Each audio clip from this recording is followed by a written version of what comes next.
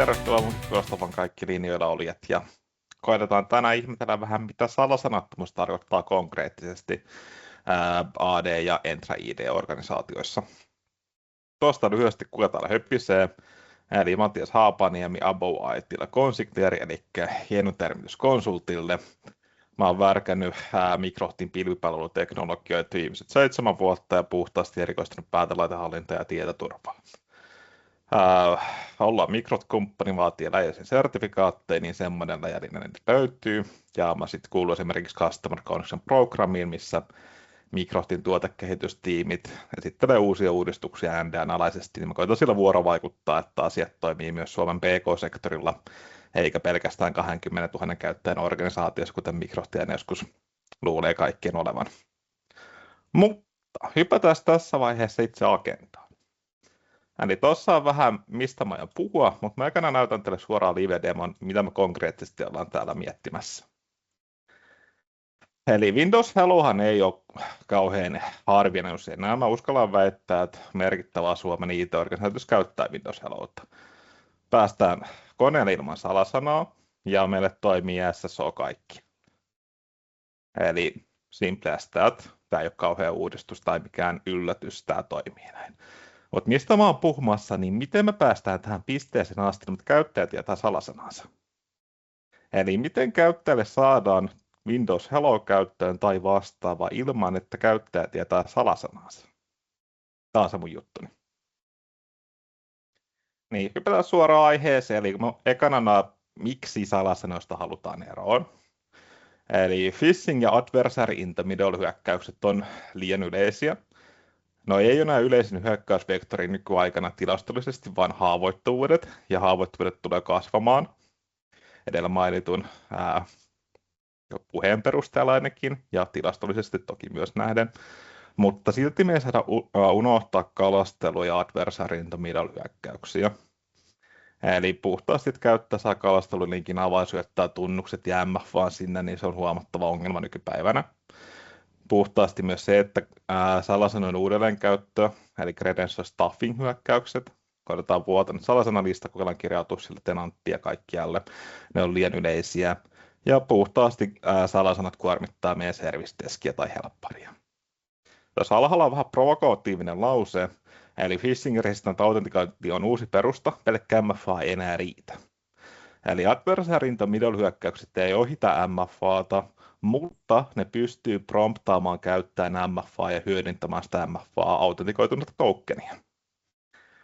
Tämä ei ole tilastollisesti kauhean yleistä nämä adversary in the middle -hyökkäykset, vaikka kaikki tässä puhuukin ja pelottelee. Ne on todella marginaalinen osa kokonaiskalasteluhyökkäyksiä Microsoftin mukaan. Mutta meidän pitää sitten miettiä tulevaisuuteen ja ymmärtää, että adversary in the middle -hyökkäykset tulee yleistymään huomattavasti. Elikkäs. Tässä on 5 tapaa, miten me voidaan olla salasanattomia Microsoftin 365-ekosysteemissä. Ja yleisin on tuo Windows Hello for Business, eli käyttäjä rekisteröi tyypillisesti 6-merkkisen PIN-koodin ja tai biometrisiä varmisteita, riippuen siitä, mitä se kone tukee. Iiriskannari, kasvojenmuotojen tuki, sormenjälki, kaikkia löytyy. Huomioon, että tuo Windows Hello vaatii, että kone on jollain tapaa liitetty Entraan. Se ei tarvitse olla Entra-joinet pilvikone, vaan se voi olla hybridikone, mutta sen pitää olla niitattuna Entraan jollain tavalla. Sitten meiltä löytyy Passkey, tyylisiä toteutuksia, eli esimerkiksi FIDO. Niin tämä FIDO toimii huomattavan hyvin jaetulla laitteella, kioskikoneilla, kaikilla laitteilla, missä esimerkiksi kiertää käyttäjiä. Ja tämä on admineille äärimmäisen helppo valinta, mä otan kohta. Sitten meidän rakas Microsoft-autentikaattor-appi tukee nykyään Passkeytä, eli me voidaan rekisteröidä Passkey-autentikaatio suoraan meidän puhelimeen. Tämä toimii hyvin normikäyttäjille, kenellä on one-to-one-laite. Tässä on konkreettinen haaste, että tuo autentikaattor Passkey vaatii oletuksena Bluetoothin, ja se ei sovellu kaikkiin käyttöskenaarioihin. Esimerkiksi jaetulle laitteelle se on todella kankea. Sitten organisaatiostrippien teillä voi olla sertifikaattiautentikoitumista tai vastaavia. Smart Card-ympäristöissä saattaa olla vieläkin esimerkiksi terveysalalla hyvin yleistä. Sitten vähän, tai nykypäivänä yllättävän paljon puhuttu autentikaation metodi, eli Temporary Access Pass. Niin käyttäjälle voidaan luoda tilapäinen pääsytunnus, ei salasana, vaan salasanan rinnalle autentikaatiometodi, mikä on voimassa X tuntia. Niin me voidaan hyödyntää tätä esimerkiksi onboardingissa, eli ei kerta käyttää salasanaa, vaan annetaan sille TAP, eli Temporary Access Pass. Palataan tuohon hetken päästä tarkemmin, katsotaan miten toi oikeasti toimii. Mutta ylätasolla tullaan puhumaan näistä ja tarkemmin. Eli tärkeintä on aina ottaa admineista. Eli jos tenantin admin korkataan, se yleensä tarkoittaa, että se on game over. Eli adminit pitää suojata.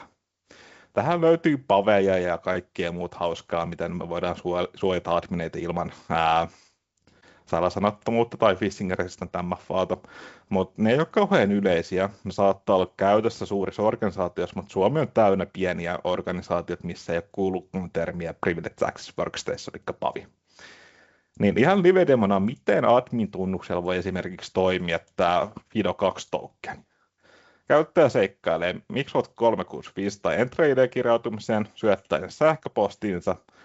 Sitten Windows promptaa syötä passkey'n PIN-koodi. Käyttäjä syöttää sinne sen ja osaa toivottavasti kirjoittaa. Koskee tikkua fyysisesti, pääsee sisään. Jos et ole ikinä nähnyt Fidoa, mä uskallan väittää, että tämä oli aika monen mielestä vakuuttava kirjautumiskokemus. Tämä vaan toimi. Ja se oikeasti on tämmöinen. Eli Fido 2 käyttäminen on, sanotaanko etuoikeus, tämä ei ole rangaistus. Tämä on huomattavasti sujuvampi autentikaatiokokemus kuin esimerkiksi autentikaattorappi.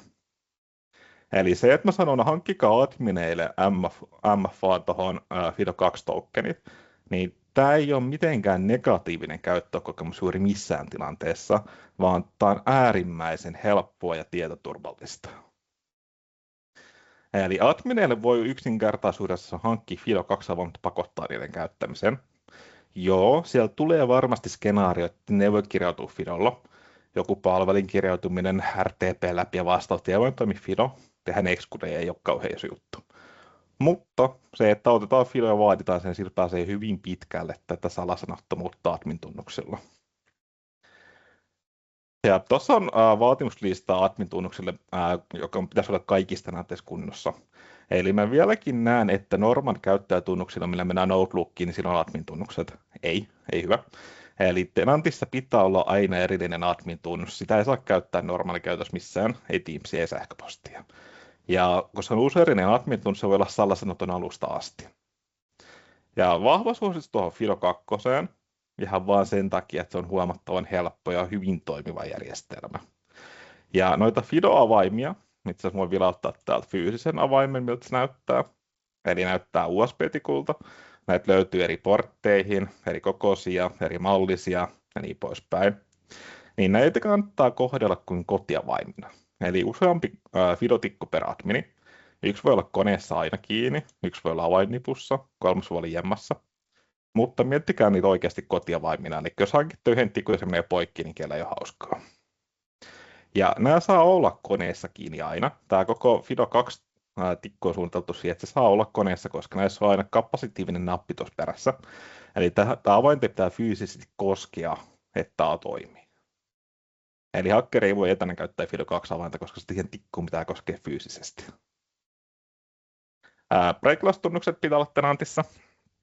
Ja nykyään kun Microsoft vaatii myös break-glass-tunnukselle MFA, niin Fido 2 toimii sen huomattavasti hyvin. Sinne voi rekisteröidä muita passkey-vaihtoehtoja ja autentikaattoreita ja tekstareita ja puhelinnumeroita ja kaikkea. Mutta vain Fido 2 on semmoinen hyvin varmatoiminen järjestelmä, mikä ei ole sidottu mihinkään. Autentikaattorissa saattaa olla puhelin. Puhelinnumero saattaa vaihtua tai se peruutetaan vahingossa. Fido 2, se rekisteröidään tunnuksen, heitetään kassakaappi ja se toimii siellä 5 vuoden päästä. Sitten Conditional Access löytyy Authentication Strength.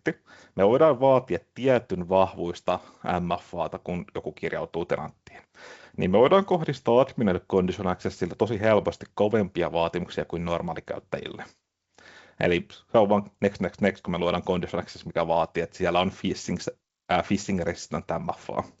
Se, mikä se phishing resistantti on, niin palataan siihen hetken päästä. Sitten PIMissä on integraatio Fido 2 autentikointiin, tai oikeastaan tuohon Authentication Strengthiin. Eli tosi moni organisaatio on ottanut käyttöön tuon PIMin ihan vain siten, että ne roolit ei ole aktiivisia, mutta käyttäjä saa elevoida ne itse ilman vahvistusketjua, niin sehän ei tee oikeastaan juuri mitään. Se, että jos admini voi elevoida PIM-roolit, niin se voi hakkerikin. Eli PIMissä pitää olla hyväksyntäketju, sen pitää mennä toiselle ihmiselle, kuka hyväksyy sen, tai siinä pitää olla phishing-resistant todennus, että se rooli aktivoituu. Eli esimerkkinä, jos teillä on liian pieni organisaatio, että saa hyväksyntäketjua, tai se aiheuttaa kohtuuttoman määrän ongelmia, niin te voitte vaatia PIM-integraatiossa FIDO2-avaimen. Eli te voitte pakottaa adminin todentamaan fyysisesti, että hän on hän. Hänellä on tämä FIDO2-avain käytössä. Eli hakkeri ei voi etänä aktivoida PIM-rooleja. Sillä pitää olla se fyysinen tietty tikku. Ja tuossa on tarkemmin tuosta Authentication Strengthistä, niin siinä voi vaatia vaikka mitä sieltä Authentication Strengthissa, mutta se on oletuksena käytössä FIDO2 ja Windows Hello normaaliympäristöissä ja toki Authenticaatorin passkey. Niin normikäyttäjille toi Windows Hello on luontainen, mutta admin-tunnukselle se on tosi ongelmallinen, koska se vaatii, sulla on 2 profiilia Windowsissa, tai sulla on PAVI. Joo, tietysti ne on vaatimuksia. PAVI olisi hyvä kaikille, mutta se on vaan realiteetti, että se ei ole kaikilla käytössä tällä hetkellä. Niin toi FIDO on tavallaan plug and play teidän nykyiseen admin-käyttöön lähes aina. Te ei tarvitse miettiä Windows-profiileita, te rekisteröitte FIDO 2 autentikaatiotikun teidän admin-tunnuksia ja käytätte sitä. Te ei tarvitse muuttaa teidän toimintatapaa mitenkään dramaattisesti. Ja huomiona, että phishing resistant MFA ei ole sama kuin passwordless, eli Authenticator Push ei ole phishing resistant MFA. Eli vaikka sieltä tulee number matchin kirjoita koodi, vaikka kirjoita 53 puhelimeen, niin hakkeri voi promptata sen etänä ilman fyysistä pääsyä siihen laitteeseen. Eli phishing resistantti ei ole passwordless aina, tai vice versa. Eli tuossa lyhyesti noista admineista, niin katsotaan tässä vaiheessa Conditional Accessista käytännössä, miten tämmöinen sääntö luodaan. Otetaan täältä vaikka tämmöinen kiva tenantti. Ja seikkaillaan itsemme Conditional Accessiin. Ja luodaan uusi poliisi. Ei ota tälle mitään nimeä, vaan mennään suoraan itse aiheeseen. Eli täältä voi määrittää, kun käyttäjällä on rooli. Eli ei ole sanonta admin-ryhmää, koska se jää päivittämättä, vaikka se olisi dynaaminen, siinä on riskejä, vaan sanotaanko käyttäjällä admin-rooli. Eli jos käyttäjällä on mikä tahansa admin-rooli entrassa, niin tämä sääntö kohdistuu siihen kirjautumiseen. En kliksutele kaikki ajansäästön vuoksi. Ja käyttäjä kirjautuu mihin tahansa. Eli tästä kannattaa lähteä. Teillä varmasti on tilanteissa, missä me voidaan vaatia phishing-resistant MFAta. Esimerkiksi palvelimella tai servisakkoonti tai jotain muuta epämääräistä. Mutta silti, että tämä kannattaa aloittaa all resources ja sitten exclude täältä sitä mukaan, kun te törmäätte niitä. Koska toi phishing resistant MFA toimii nykypäivänä hyvin saumattomasti, jopa esimerkiksi PowerShell-skripteissä, niin se ei ole oikeasti ongelma. Ja sitten me halutaan vaatia täältä se Authentication Strength, niin täältä löytyy suoraan täppä Require Authentication Strength. Helppo ja kiva. Eli se on näin helppo luoda Conditional Access-sääntö, mikä vaatii admin-tunnukselta phishing resistantin. Mikä toi phishing resistant on, niin sen saa konfata, jos sitä haluaa. Oletusasetukset on varsin hyvin toimivat, mutta se voi konfata. Eli kun me seikkaillaan Conditional Accessiin, niin täältä löytyy Authentication Strength. Ja tänne voi luoda omia, mutta Microsoftin ovellatus on Hello, FIDO tai sertifikaatti. Eli tämä FIDO admin-tunnukselle ei ole kauhean teknisesti haastava toteutus. Tähän menee ihan muutamia hassuja minuutteja. Ja normaali käyttöönotto on yleensä tilata tokenit jostain, jaetaan ne adminille tavalla tai toisella, otetaan minkään rekisteröimään, laitetaan Conditional Access päälle. Jos joku ei rekisteröi, niin sitten hän joutuu rekisteröimään sen seuraavalla kirjautumisella. Simple as that. Eli todella simppeli admin-tunnuksella. Mutta miltä tämä näyttää sitten käyttäjän toimesta? Eli jos me lähdetään taas ihan perusjutusta, eli kun tulee uusi käyttäjä, niin miten me saadaan sille joku phishing resistant ilman salasanaa? Niin tämä käytännössä toimii Temporary Access Passilla. Eli mietitään vaikka, että meidän tenantissa on aloittanut uusi työntekijä. En uskalla live-demota käyttää luontia livenä, niin käytetään vaikka Adele Vansia meidän käyttäjänä. Niin mä kliksuttelen kaikessa yksinkertaisuudessaan tälle käyttäjä tap-avaimen, tai pinnin vai passwordin, mikä onkaan virallinen nimi. Ja tämä ei ole sallittu oletuksen tenantissa, vaan tämä pitää klikkaa päälle authentication metodeiden alta. Mutta se löytyy täältä tenantissa, mä vaan klikkaan add. Niin käyttäjälle tulee tap-avain, mikä on voimassa 1 tunnin. Ja mä voin toimittaa tämän käyttäjälle. Käyttäjä kirjautuu Windows-laitteelle vähän eri tavalla. Eli tässä on pari eri skenaariot, missä me voidaan käyttää tappia. Tappia voi käyttää ennen autopilottia. Eli jos teillä on uusi kone, annatte tap-avaimen, se käyttäjä kirjautuu tap-avaimella sinne autopilottiin, ja sen jälkeen sieltä tulee hyvin sujuvasti hello-rekisteröintipakotus, jos Intunosta on niin määritetty. Mutta jos meillä on nykyisiä laitteita, meidän pitää aktivoida WebSign-in. Eli WebSign-in tarkoittaa, että kun mä klikkaan tai aktivoin sen Intunesta, mulla ilmestyy tänne uusia nappuloita mun Windowsiin. Mä klikkaan kirjaudu tenanttiin. Ottelen hetken, kun Windows miettii, mitä tapahtuu. Niin täältä aukeaa graafinen Entra-ID-kirjautuminen, mikä käyttää modernia autentikoitumista. Sitten käyttäjä kirjautuu tänne sillä tappia-vaimella. Eli huomatkaa, että ei ole salasana, vaan tässä on Temporary Access Pass. Ja käyttäjä syöttää sinne sen tap-avaimensa. Niin käyttäjä pääsee sisään Windowsiin rekisteröimään erilaisia autentikaatiometodeita. Huomatkaa kuitenkin, että Windows Hellota ei saa rekisteröidä kaikissa Windows-versioissa käyttämällä tap-avainta, vaan tänne pitäisi esimerkiksi tulla rekisteröimään FIDO2-autentikaatio. Eli ainut tuettu skenaario, missä Microsoft sanoo tap-avain toimii 100% varmasti Hello-käyttöönottoon, on autopilot-asennus. Se, että me voidaan kirjautua tap-avaimella Windowsiin, niin täällä toimii osassa Windows-versiossa Hello-rekisteröinti ja osassa ei. Niin tähän ei kannata luottaa, vaan tässä esimerkiksi haluttaisiin rekisteröidä FIDO tai toi autentikaattori, tai antaa käyttäjälle tilapäisesti käyttäjätunnuksen salasana, ja hän saisi rekisteröidä Hello, ja sitten muutetaan se salasana. Eli tässä esimerkiksi mitä tapahtuu, niin Windows ei aina voi rekisteröidä Hellota, koska me kirjailemme tapilla. Ja tämä vaihtelee Windows-versioittain, tämä toimii joissain, mutta tämä ei ole lupaus. Älkää luottako tähän, älkää tehkö tuotannossa sillä olettamuksella, että voitte käyttää tappia Windows-kirjautumisen rekisteröinnissä. Eli huomiona vain autopilot tukee tap-avaimen rekisteröintiä Windows Hellolle. Niin, siinä vaiheessa, kun käyttäjä pääsee kirjautumaan sen Windowsiin ja on rekisteröinyt sinne Windows Helloon, niin siinä voi rekisteröidä nämä muut autentikaattorsovellukset ja FIDO-avaimet mahdollisesti, jos semmoisia haluaa käyttää normikäyttäjälle. FIDO-avaimia ei ole pakko antaa normikäyttäjälle, autentikaattorappi riittää heille varsin mainiosti, koska se ensisijainen autentikaation metodi se käyttäjällä on Windows Hello. Ja jatkossa se käyttäjä kirjautuu oletuksena Windows Hellolla, eli sille Hello-kirjautumisella pääsee kaikkialle. Heillä pääsee Teamsiin, Officeen, admin-portaaleihin ja vastaavaan.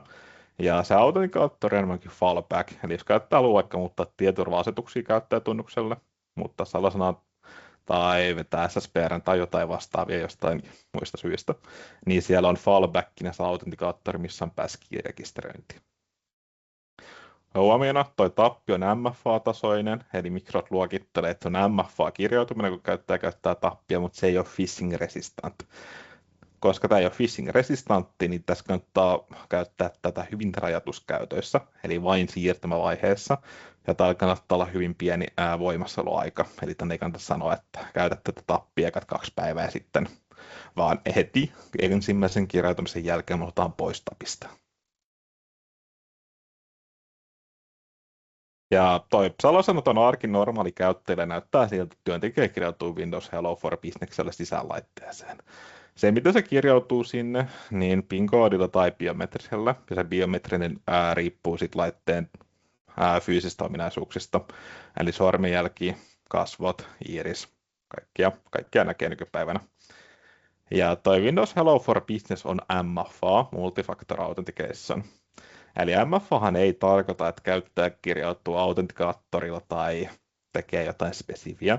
Tarkoittaa, että kirjautuminen on useamman faktorin perusteella vahvistettu.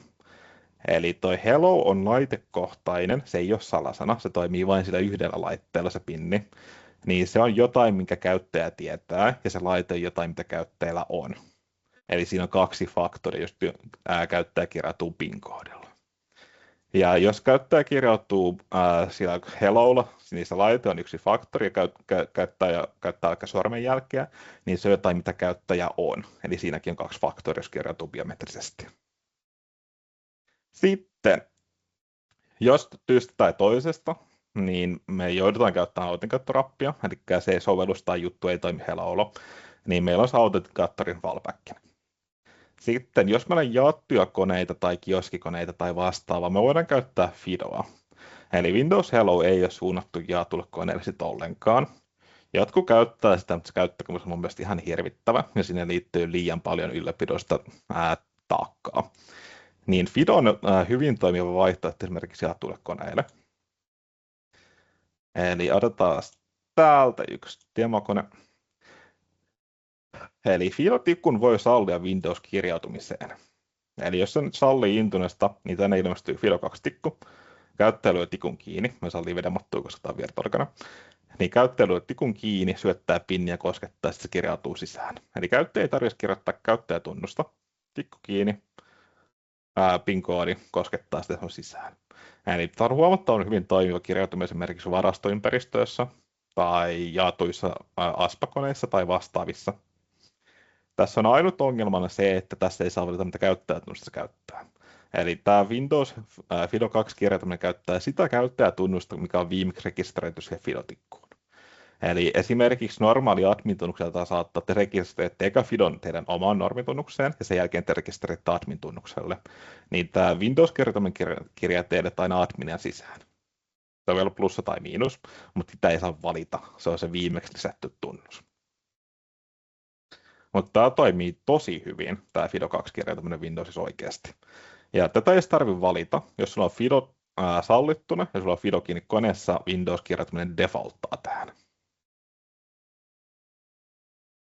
Ja se salaton sanoton arki, niin siinä on aina siirtymävaihe. Niin tämä tarkoittaa sitä, että meidän pitää jotenkin ohjata käyttäjä käyttämään salasanottomia metodeita. Niin se eka steppi on pakottaa käyttäjät autentikaattoriin. Ja sen jälkeen me voidaan ohjeistaa käyttäjiä, huomatkaa ohjeistaa, ei pakottaa rekisteröimään päskiä. Microsoftilla on tulossa tuohon erilaisia kontrolleja, miten me voidaan pakottaa päskiä rekisteröintejä, mutta ne kaikki on tällä hetkellä vähän vaiheessa tai ei toimi ollenkaan. Niin tuohon on tulossa huomattavia parannuksia, että me voidaan esimerkiksi pakottaa FIDO 2-kirjautumisen tai FIDO 2-tikun rekisteröinti käyttäjille Condition Accessilla tai rekisteröintikampanjalla, tai vähän auki, miten tämä toimii käytännössä. Mutta tuohon on tulossa huomattavia parannuksia. Mutta tällä hetkellä me pitää ohjeistaa käyttäjä rekisteröimään päskiit ja vastaavat. Ei voida pakottaa. Ja sitten joku kysyy sieltä, mitäs meidän verkkolevyt tai vastaavat, niin Windows Hello toimii hybridiympäristössä. Eli hybridiympäristössä tämä toimii siten, että teidän domain controllerille luodaan Azure AD Kerberos Read-Only Domain Controller-objekti, ja se synkronisoidaan Entra-Connectilla pilveen. Entra-Connectin vanha nimi on Azure AD Connecti. Ja sen jälkeen, kun pilvikone tai hybridikone kirjautuu Hellolla, niin se kirjautuu pilveen normaalisti ja se saa sieltä primary reference tokenin pilvikäyttöön. Ja AD-käyttöön se saa partial token generating ticketin, eli tässä puhutaan Kerberos-todennuksesta. Ja sillä partial token generating ticketillä se kone voi mennä juttelemaan DC:lle ja sitä vastaan se saa fully token generating ticketin. Eli Microsoft on luonut tämän hyvin saumattoman tuen myös AD-ympäristöihin, mutta tämä pitää ottaa käyttöön. Eli oletuksena teidän pilvikoneet ei voi autentikoitua Windows Hellolla SSOlla, single sign-onilla, vaikka verkkolevylle tai RDPlle, vaan se vaatii tämän erillisen käyttöönoton. Tämä on kauhean vaikea. Tähän menee sanotaanko puolesta tuntiin, mutta tämä pitää muistaa tehdä. Ja miksi me halutaan käyttää Cloud Trustia eikä näitä muita? Niin näissä muissa on vaatimuksia public key infrastructure. niin me saadaan hirvittävän monimutkainen palveluympäristö, mitä pitää ylläpitää. Tässä Cloud Kerberos PKIssa, anteeksi, ei Cloud Kerberos PKI, vaan Cloud Kerberos Trustissa ei ole ylläpidetty. Otetaan käyttöön ja loput on Microsoftin ongelma. Eli Microsoft ylläpitää sitä sieltä pilvessä ja niin poispäin. Ja ei vaadi uusia palvelimia, voi asentaa ihan vaan mille tahansa TCL ja se niin sanotusti vaan toimii. Tässä on vaatimuslista. Tuo vaatimuslista kannattaa katsoa ennen kuin rupeat asentamaan sitä, mutta ei ole kauhean vaativa nykypäivänä. Eli 2016 Windows-serverit TC-nä ja ne pitää olla patchattu. Ja laitteet pitää olla Entrassa hybridinä tai Entra Joined-tilassa. Sitten tuosta Entra ID-konfiguraatiosta sen verran. Eli FIDO2-avain pitää sallia Tenantista. Eli hypätään tässä vaiheessa pyörimään tämän autentikaatiometodeihin. Niin FIDO2 salliminen on näinkin simppeli operaatio, että mennään Authentication Methods, body siis FIDO2 ja täpätään täältä jollekin ryhmälle tai kaikille käyttäjille päälle. Täältä voi halutessaan konfiguroida, että saa käyttää vain tietynlaisia tikkuja, esimerkiksi tietty valmistaja, tietty tikkumalli, tai saa käyttää vain Microsoft-autentikaattoria. Tästä voi sanoa, että vain iOS-autentikaattori ja Android Microsoft-autentikaattori on sallittuja. Tai voidaan sallia kaikki FIDOt. Sitten toi tappi, eli Temporary Access Pass, niin se löytyy täältä samasta listasta. Ja täältä kaikille käyttäjille tai tietylle ryhmälle. Ja täältä voi määrittää asetukset. Huomatkaa, että ne on ylärajoja ja alarajoja. Eli täältä sanotaan, sieltä käyttäjän alla saa siis valita sen voimassaoloajan, jos on näiden puitteissa. Ja täältä voi esimerkiksi sanoa, että se on voimassa maksimissaan 4 tuntia, niin sitä on vaikeampi väärinkäyttää sitä tapavainta. Sitten Conditional Access tsekattiin nopeasti toi adminit. Niin normikäyttäjiltä ei kannata vaatia välttämättä phishing resistant MFAta, vaan sieltä kannattaa vaatia mieluummin compliant laite. Ja compliant laite tarkoittaa, että laite on rekisteröity intuneen ja se laite on vihreän. Ja kannattaa vaatia sitten vielä MFA päälle. Eli tämä kombinaatio tarkoittaa, että käyttäjä, jos kirjautuu hellolla, sinne ei tule mitään muita prompteja, käyttäjä pääsee tekemään kaikki normaalit juttuunsa. Mutta jos käyttäjä ei käytä hellota, niin käyttäjän pitää käyttää sitä autentikaattoria tai vastaavaa MFAta vielä lisäksi. Ja tässä kannattaa huomioida riskipohjainen politiikka. Eli nykypäivänä me ei suositella enää salasanavaihtoa tai mitään, koska Entrassa on huomattavan paljon paremmat identiteetin suojauskeinot kuin esimerkiksi AD:lla. Niin jos Entra Identity Protection huomaa, että käyttäjällä on riski, niin me voidaan remedioida sen riski Conditional Accessilla. Niin vaikka meillä on passwordless käytössä, me halutaan silti seurata noita riskipohjaisia suojausraportteja ja vastaavaa. Ja muistutuksena meidän pitää estää legacy-autentikaatio Conditional Accessilla, legacy legacy-autentikaatio ei tue MFAta. Eli jos te vaaditte FIDO-avaimen, käyttäjä kirjautuu imapilla, niin siihen ei kohdistu FIDO-vaatimusta. Käyttäjän rekisteröintikokemus, eli käyttäjä voi seikkailla tuonne AKMS MFA Setup. Ja täältä voi rekisteröidä esimerkiksi sen FIDO-avaimen suoraan. Eli täältä löytyy suoraan vaihtoehto, että rekisteröi FIDO-avain, jos se on sallittu. Pieni hetki. Tämä on esimerkki, eli jos kirjautuu hellolla, niin tässä tulee erillinen autentikaatioprompti, mihin hello ei riitä. Eli tämä on yksi niitä poikkeuksia. Niin käyttäjä voi tulla tänne AKMS MFA Setup ja ottaa täältä FIDO-avaimen heti kun tämä lataa, niin täältä löytyy Security Key. Käyttäjä klikkaa tästä ja rekisteröi Fidotikon käyttöön, admini tai normikäyttäjä. Eli tämä on täysin itsepalvelu. Ja tähän ei löydy pakotusta, tämä pitää ohjeistaa. Sitten Intunen päästä. Me halutaan vaatia laittaa toi Windows Hello rekisteröintipakotus. Me ei haluta vaatia sitä kioskilaitteelta, mikä tarkoittaa, että me halutaan ottaa tenantin laajuinen. Eli tenant wide Windows Hello me halutaan offiin ja me halutaan konfasi erillisellä politiikalla päälle. Ja tähän on hyvin yksinkertainen syy ja se on Exclude. Eli jos te käytätte globaalia Windows Hello-määritys, mikä löytyy Devices, Enrollment, Windows Hello for Business, niin tämä on kohdistettu all users ja täällä ei ole Excludea. Eli tämä menee käyttöön yhteiskäyttökoneelle, kioskikoneelle ja kaikille muillekin tätä kautta. Niin best practice kannattaa disabloida ja konfataan erillisillä politiikalla Windows Hello käyttöön. Ja näyttää käytännössä tältä. Heti kun Intune päättää ladata. Eli luodaan Windows Hello-politiikka ja kohdistetaan tämä oikealle laitaryhmälle. Ja tämä Windows Hello on vähän spesiaalikonfi. Tämä ei mene konfliktiin sen globaalin konfin kanssa. Eli vaikka globaali konfi on disabled ja tämä on enabled, niin nämä ei mene konfliktiin, vaan enabled voittaa. Eli tämä on yksi harvoja asia, että tämä saa olla konfattuna eri tilaan kahden konfin sisällä. Ja siellä kannattaa vaatia pin-kompleksisuus. Eli yleisesti sieltä vaaditaan minimissään 6 merkkiä, mutta on olemassa tietoturvaviitekehyksiä, mitkä vaatii 8 merkkiä. Ja tuot pitää ottaa käyttöön Cloud Trust ja Stellan AD-ympäristö. Eli tämä tarkoittaa sitä, että tämä Windows Hello käyttää Cloud Trust, eli tämä käy hakemassa sen partialle token generating ticketing sieltä pilvestä, kun käyttää Hellota. Ja täällä kannattaa huomioida, että special charaktereita ei haluta lähtökohtaisesti sallia Hellossa. Eli tämä saattaa kuulostaa hyvältä idealta, että käyttäjä saa konfata sinne ei-numeerisia merkkejä siihen PIN-koodiin, mutta jos sinne sallitaan ei-numeeriset merkit, käyttäjät kirjoittaa sinne PIN-koodiksi salasanan. Ja sitten käyttäjällä on PIN-koodina salasana ja salasanana salasana, ja se on äärimmäisen harhaanjohtavaa käyttäjälle, ja se ei ole enää uniikki per laite, eli se ei teoriassa enää ole MFA. Ja on olemassa tietoturvaviitekehyksiä, missä sanotaan, että tätä ei saa käyttää. Sitten noi FIDO-avaimet, niin miten ne saa Windows-kirjoitumisen käyttöön? Se on hyvin simppeli konfi. Mutta ei täällä tenantissa, vaan vaihdetaan tenanttia.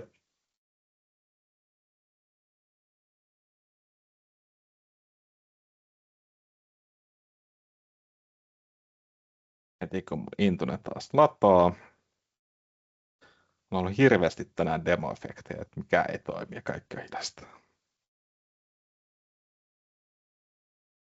Kirjoituskenttä ei toimi. Mennään täältä Windows-kategoriaa ja ehkä täältä mä sitten löydän sen helpommin tai mun haku ehkä voisi toimiakin. Yes. Niin, tää löytyy dokumentaatiosta, mutta tänne luodaan yksi oma uri. Eli täältä löytyy Config Use Security Key for Signing 1. Ja huomioidaan, että tämä ei ole Hellohun. Tämän FIDO-avaimen voi sallia myös Windows Hello käytössä, mutta se on aivan hirvittävä käyttökokemus. Eli älkää lisätkö Hellota sallituksi metodiksi Windows Hellohun, vaan sallikaa tämä suoraan Windows-kirjoitumisen ilman Hellota, tämä FIDO 2. Tämä toimii niin paljon paremmin, että tämä on paljon sujuvampi käyttökokemus. Sitten noin FIDO 2 pitää jäädä turvallisesti. Eli teidän pitää miettiä, miten te jaatte admineille ja vaikka jaatuille käyttäjille tuon FIDO 2-tikun. Eli se on vain sisäinen prosessi. Ja tällä hetkellä se on tosiaan self-service-rekisteröintyn oletus, mutta jos te hankitte FIDO 2-tikkuja Microsoftin luottamalta kumppanilta, ne FIDO 2-avat voi importtaa massana tenanttiin, ja ne voi assignata sieltä ilman käyttäjiä suoraan niin kuin käyttäjätunnuksen alle. Tämä ominaisuus viimeksi kun katsoin on Previevissä, eli ei välttämättä kannata käyttää tuotannossa, mutta tämä tulee joissain vaiheessa General Available-tilaan, ja te voitte rekisteröidä FIDO 2-avaimia ilman käyttäjille. Sitten toi websignin. Eli tämäkin on tosi helppo konfi. Eli täältä löytyy suoraan Authenticationin alta Enable websigniin ja sinne vaan yes. Ja tämä ei korvaa kirjoitusmetodeita, tämä tai FIDO, vaan nämä tulee listan jatkeeksi. Eli jos joku haluaa kirjautua sinne koneelle Windows Hellolla tai Fidolla tai millä ikinä tahansa, niin nämä lisää vaihtoehtoja, nämä ei rajaa tai pakota käyttämään näitä. Eli websigning mahdollistaa kaikki autentikaatiometodit, mitkä on rekisteröity Enter, niillä pääsee Windowsiin. Ja sitten, kun te saatte konfattua nämä, olette pilotoineet ja miettinyt tätä ja lähdette miettimään, miten nämä saa tuotantoon, niin se tärkeä juttu on, että seuraatte näitä. Eli tosi moni organisaatio jättää tämän pilottiin, ne ottaa sen pari alas menee käyttöön, mutta ne ei ikinä vie sitä tuotantoa. Tämä pitää vaan pakottaa. pakottaa joku kaunis päivä. Eli luokaa Condition Access ja pakottakaa se FIDO 2-valmiusadmineille ja miettikää, miten te pakotatte Helloon käyttäjille. Mutta pointtina on enemmänkin näiden prosenttien tilanne, että seuratkaa tätä ja viekää tämä tuotantoon asti hallitusti. Eli älkää jättäkö tätä puoliväliin. Mä oon nähnyt enemmän tenaatteja, mistä on puolivälissä kuin niitä tenaatteja, mistä on viety tuotantoon.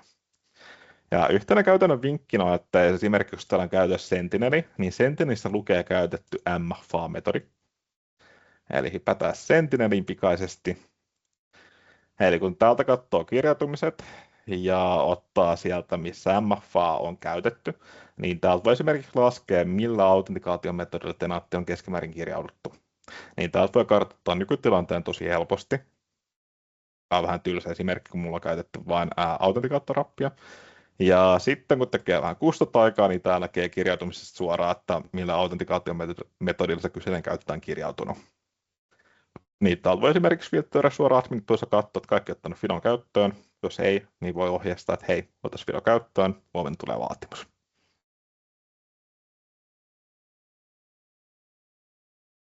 Kiitos. Hei, kiitokset. Tässä oli mun tekninen puheenvuoro.